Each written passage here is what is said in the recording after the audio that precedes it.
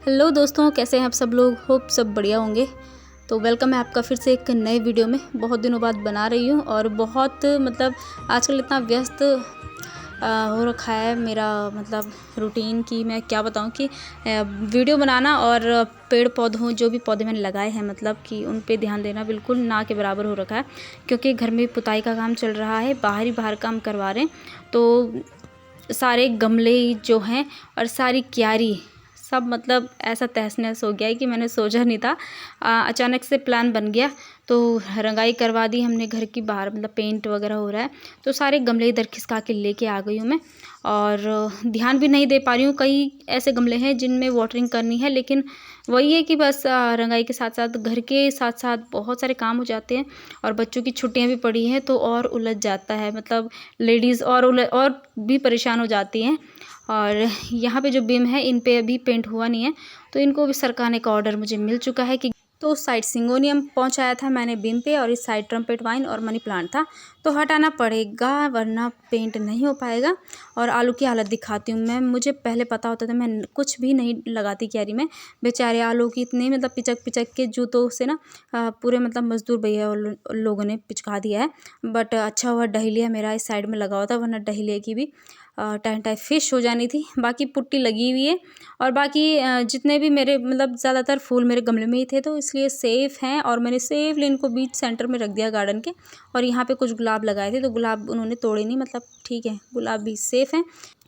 तो ऐसा कुछ हो जाता है गार्डन। अगर हमको शौक़ तो बहुत होता है लगाने का कि सब कुछ लगा लो, गार्डन भर लो, और लेकिन कहीं जाना हो या फिर घर में कुछ हो या फिर घर में कुछ इस टाइप का काम करवाना हो ना, तो गमलों को और क्यारी को, पूरे गार्डन की देखभाल करना बहुत ही मुश्किल हो जाता है। और मैं बिल्कुल ध्यान नहीं दे रही हूँ।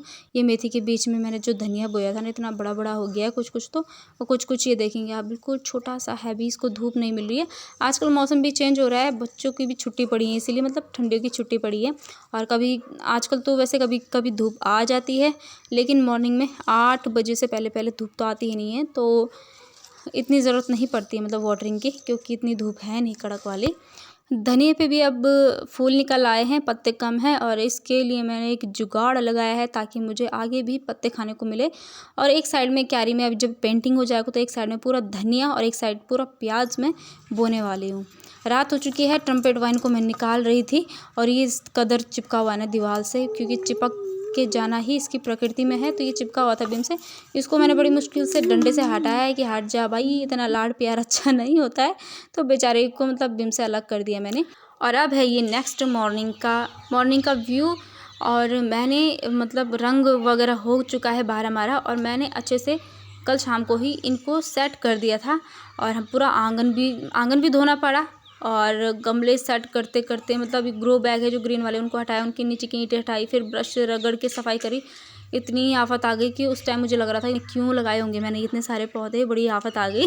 बट क्यारी की हालत देखेंगे आप, तो जितना भी डस्ट निकला था ना, डैम्प प्रूफ भी कराया छत में, तो जितने भी खरोच की उन्होंने पपड़ी निकाली थी, और निकलता है ना जो भी घर से कचड़ा वचड़ा दीवारों से, वो मैंने सारा का सारा क्यारी में फेंकवा दिया था। और ईंटें भी यहीं फेंकी हैं, कुछ ईंटें बची थी हमारी छत में, तो उनको भी मेरे हस्बैंड ने यहीं फेंक दिया है आलू के ऊपर। तो भगवान ही जाने इन आलू की हालत क्या होगी।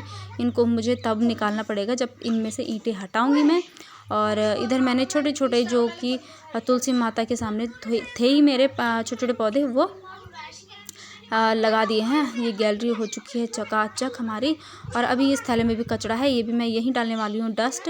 ये पूरा छत से निकला हुआ और दीवारों से निकला हुआ जो पपड़ी होती है वो है। और बहुत ही अच्छा होता है। आपने देखा होगा जब कभी मकान बनता है, मकान के अगल बगल प्लॉट में अगर कोई क्यारी वगैरह बनाता है ना, शुरू शुरू में जो मकान का डस्ट पड़ा हुआ होता है, रंग वगैरह जो भी है, पुट्टी वगैरह, तो उसमें पहले पहले में ना खूब अच्छा होता है सब्ज़ी। तो जब सब्ज़ी वगैरह बो ना, तो हमारी क्यारी में भी शुरू में फर्स्ट साल में बहुत ही अच्छी भिंडियाँ लगी थी। इतनी लंबी लंबी पौधे हुए थे, लंबे लंबे, और बहुत अच्छी भिंडियाँ लगी थी। तो मेरे हस्बैंड तो मना कर रहे थे यहाँ पे खाली रख, लेकिन फिर उन्होंने मुझ पर दया कर दी और बोला कि चल ठीक है रख ले। तो तुलसी माता को मैं इसीलिए पीछे करके रखती हूँ, फूलों के पीछे, ताकि कोई हाथ ना लगाए। कई लोग ऐसा होता है ना कि एकदम से हाथ लगा दें। फिर यहाँ पे खाली रखती हूँ तो बच्चे बैठ जाते हैं, चप्पल के ऊपर चढ़ जाते हैं यहाँ पे। इसलिए मैंने यहाँ पे तुलसी माता के कारण ही यहाँ पे छोटे छोटे पौधों से उनको मतलब थोड़ा सा बैक साइड में रखा है। और तुलसी माता अच्छी भी लगती है फूलों के साथ में। ये हमारा सतराज लगाया मैंने छोटे से गमले में, जो कि मेरे उस वाले पॉली बैग में था। तो इसमें ना एक गेंदे का पौधा था जिसमें काफ़ी फूल खिले थे और अब डेड होने की कगार पे था, तो मैंने सतराज लगा दिया। और एक ये देखो, ये कितना बुशी हो रखा है, इतना प्यारा हो रखा है, पता नहीं कौन सा गेंदा है इसमें। बाकी ये यहाँ पे जो थे वो वैसे ही लगा दिए मैंने, और ये भी जैसे के तैसे लगा दिए। पाम मैंने ट्रांसफ़र कर दिया है इन 2 बड़े गमलों में, जिनमें धनिया मैंने आपको दिखाया था।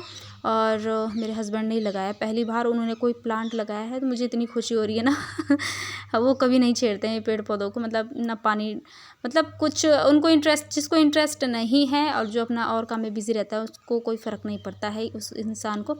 बट मुझे इनसे बहुत लगाव है, मैंने बहुत ही मेहनत करके लगाए हैं, तो मुझे बहुत प्यार है। मैं इनको रोज़ देख के निहार के जाती रहती हूँ।